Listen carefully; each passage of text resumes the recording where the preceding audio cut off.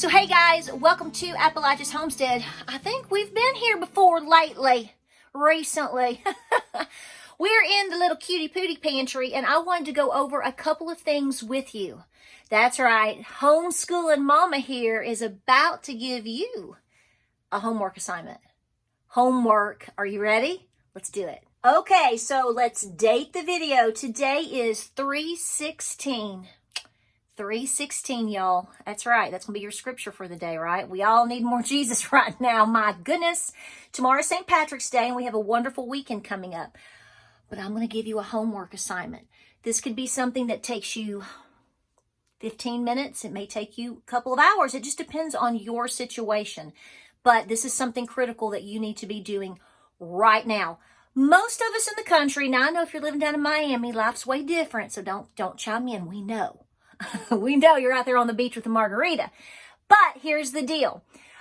Most people right now in the South, in the Midwest, you guys up north got like 22 inches of snow or something crazy. I don't know. My point is, you're not outside doing a whole lot of planting yet, are you? No, you're not quite there yet. You're getting close. So here's what you need to do. You will thank me later. You don't have to admit it, but you'll go, that girl kind of knew something that day. Listen. You need to go through your pantry, whatever pantry you've got, whatever you've got going on, even your spice cabinet where you keep your sugar, all the stuff that you have in your kitchen and or your pantry. I want you over the next couple of days, don't wait until April 1st, April Fool's Day. Don't wait up until it gets high time into planting season because you won't do it. You will be too busy. Spring is very busy for a lot of people, especially if you have kids and it's going to be the end of the school year and graduations. I know how this goes, okay? I do. So right now, while you want to be out there gardening, but you're not, you're going to be dealing with food and you've got to be dealing with the food you've got. And I really have to say, I had two people say, can I come and reorganize some of your No, I have a little bit of an organized chaos here. This is really my kitchen pantry. So what I mean by that is I know where you just have onesie, twosie, threesies of things. This is my pantry that I am working out of the most in terms of day-to-day living. Now it still has to be rotated. Okay. And I do have some things kind of stacked up for longer term use, but this is kind of what this is here. So let's go over some basics, okay? I want you to go into your pantry, to go into your kitchen, whatever you've got, wherever it is. You can clearly see that I have taken an old closet here and I have turned it into a pantry. You can do that. It's really cool. And I want you to go through your stuff. Now, as far as the dates and whatnot, you need to use your discernment and what makes you comfortable. I know that we can sit here and argue about the dent in a can here and the sell-by date means this and whatever. There's all kinds of information about that online. There's all kinds of opinions online about that. So you need to do what works best for you. What I am trying to urge you to do, no matter what that is, that you know what you have, okay? I mean, clearly, if I have mayonnaise that is a year old past the sell-by date, I might be a little hesitant to use that. I mean, I don't know. That might get a little funky cold Medina for me. But maybe I need to open it. I need to smell it and see what's going on. I'll tell you what is the greatest deception in a pantry is you think you have 3 of something or 10 of something or however many, and you go in there and you go, oh, I only have 2 and I'm about to use 1. This happens very quickly in a pantry. So what I'm trying to get you to do, assuming you've already got a little pantry started of some sort, is to go through what you've got. Let me also touch upon another subject while I've got you here in this one fair swoop. We're going to make this a one fair swoop shot deal. Had a couple comments about some of this stuff in here, okay? And I'm not offended by you because I expected you to say something about it, but I want you to use common logic here. And for those of you that are starting your pantry and you see all these people, saying all this stuff online and you start having this back and forth, let me tell you something. At this point in the game, yes, you need to be eating as healthy as possible. You need to be processing your own foods and growing them as much as possible so you learn how. Right now is the time to be... I'm sorry to tell you, but 10 years ago was the time to be doing it.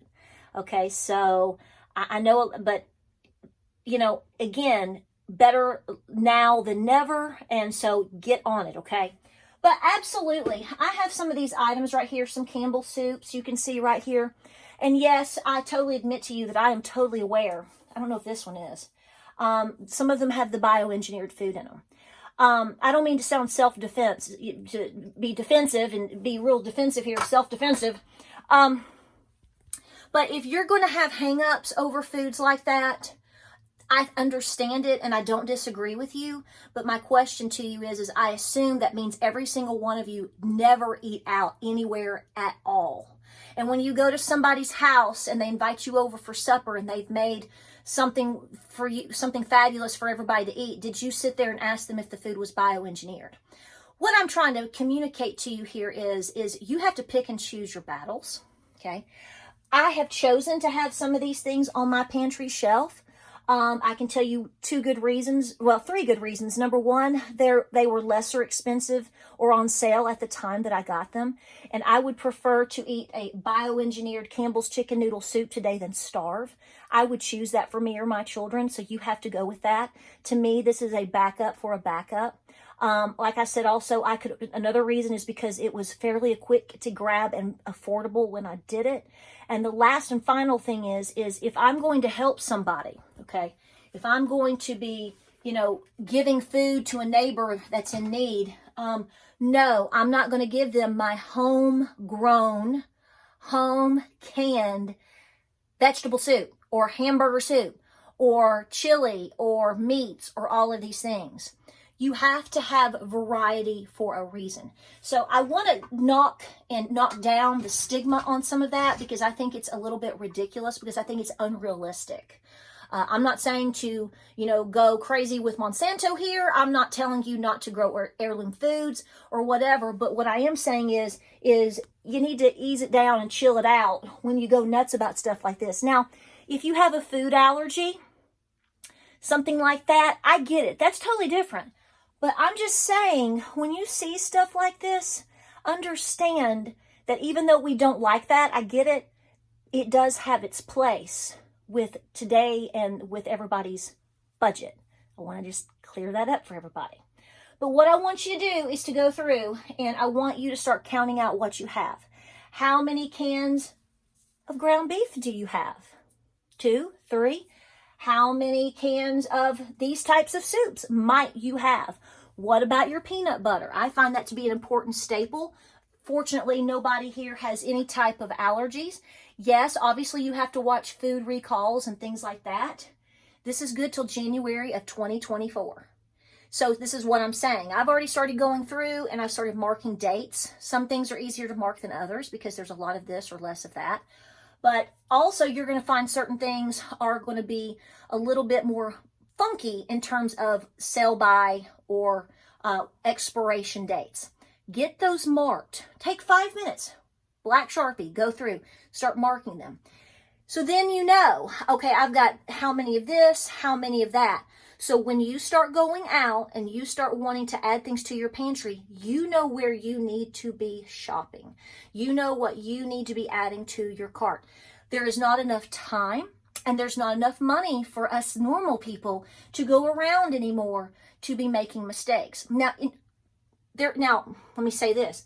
I don't believe there's any mistakes in terms of adding food to your pantry. You can find a use for anything. Whether it's, you may not like tuna. Like, for example, I can hear somebody in my family right now, they hate tuna. And I'm like, well, okay, I get it. But do you have cats? Do you have dogs? Do you have chickens? There may be other uses down the road that something like that can provide a reason for.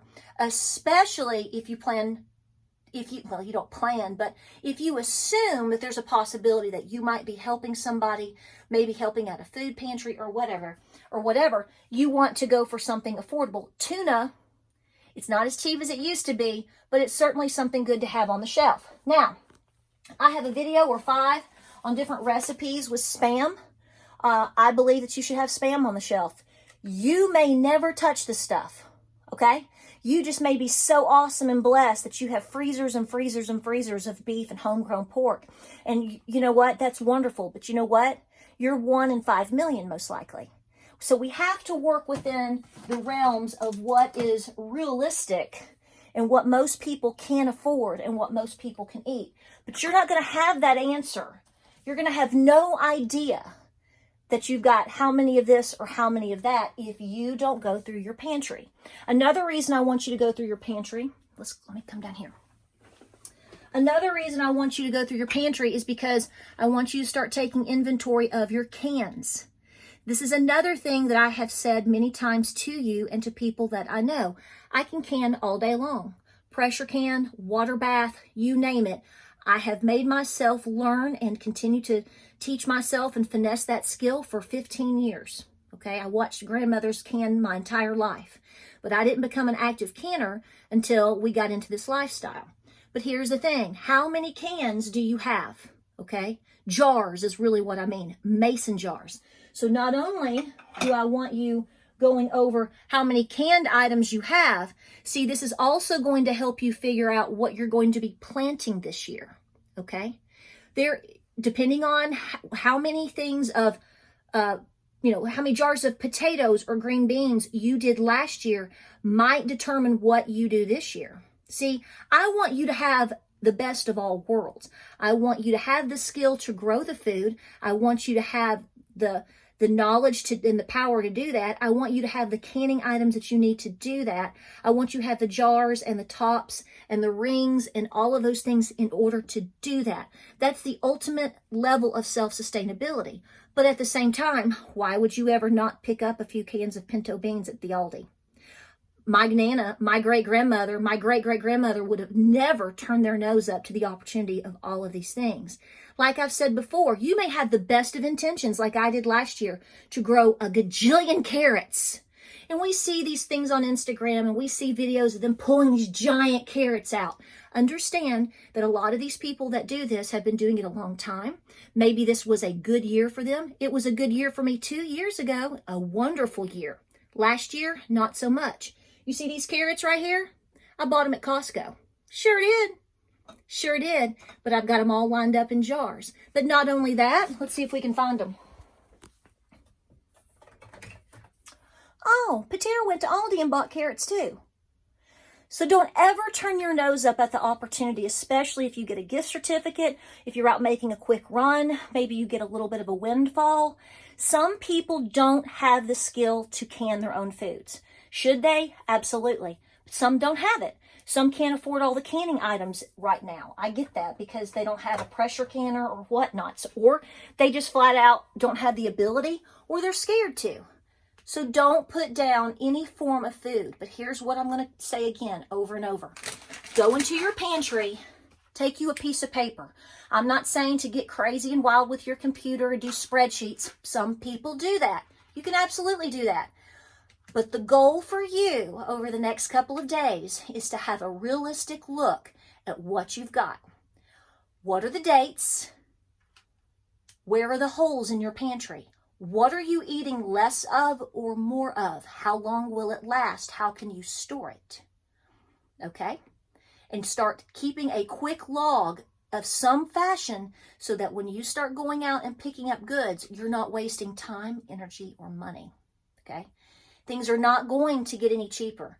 Depending on what happens in the financial sector and what happens with the Fed over the next couple of months especially could determine a lot of things with inflation. It's not getting any easier. We haven't even gotten to the point of planting.